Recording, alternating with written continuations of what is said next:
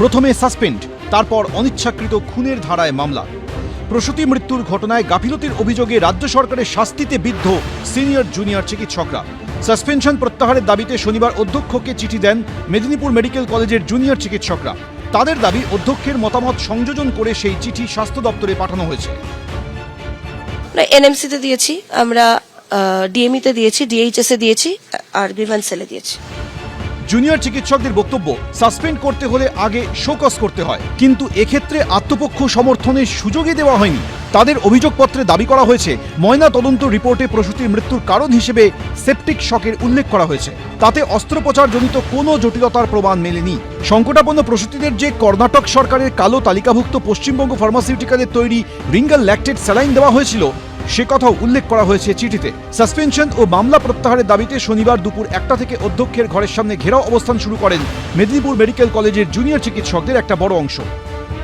কর্মবিরতি নয়, তবে জুনিয়র চিকিৎসকরা সিদ্ধান্ত নিয়েছেন যে তারা অধ্যক্ষ, সুপার এবং যারা হাসপাতালের আধিকারিকরা আছেন তাদেরকে ঘেরাও করে রাখবেন যতক্ষণ পর্যন্ত না এই জুনিয়র ডাক্তারদের সাসপেনশন প্রত্যাহার করা হচ্ছে, ততক্ষণ পর্যন্ত এই আন্দোলন চলবে।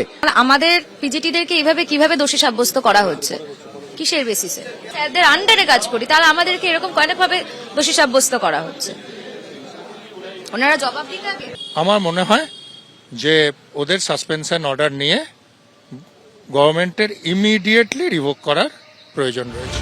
এদিকে এদিনই আরজিকরে চিকিৎসকের ধর্ষণ খুনের প্রতিবাদে সরব হওয়ার জন্য হেনস্থার অভিযোগ তুললেন আরজিকর মেডিকেলের প্রাক্তনীদের সংগঠনের সাধারণ সম্পাদক ও প্রদেশ কংগ্রেসের মেডিকেল সেলের সভাপতি চিকিৎসক তাপস ফ্রান্সিস বিশ্বাস।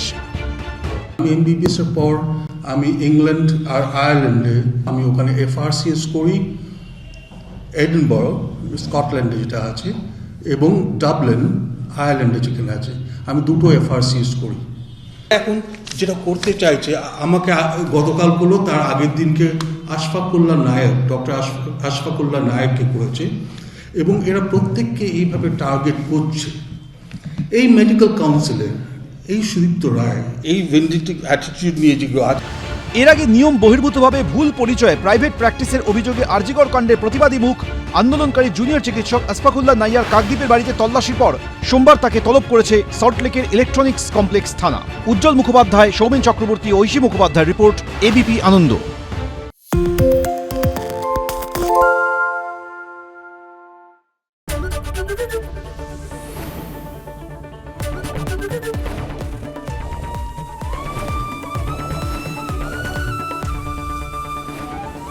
এবিপি আনন্দ, এগিয়ে থাকে, এগিয়ে রাখে।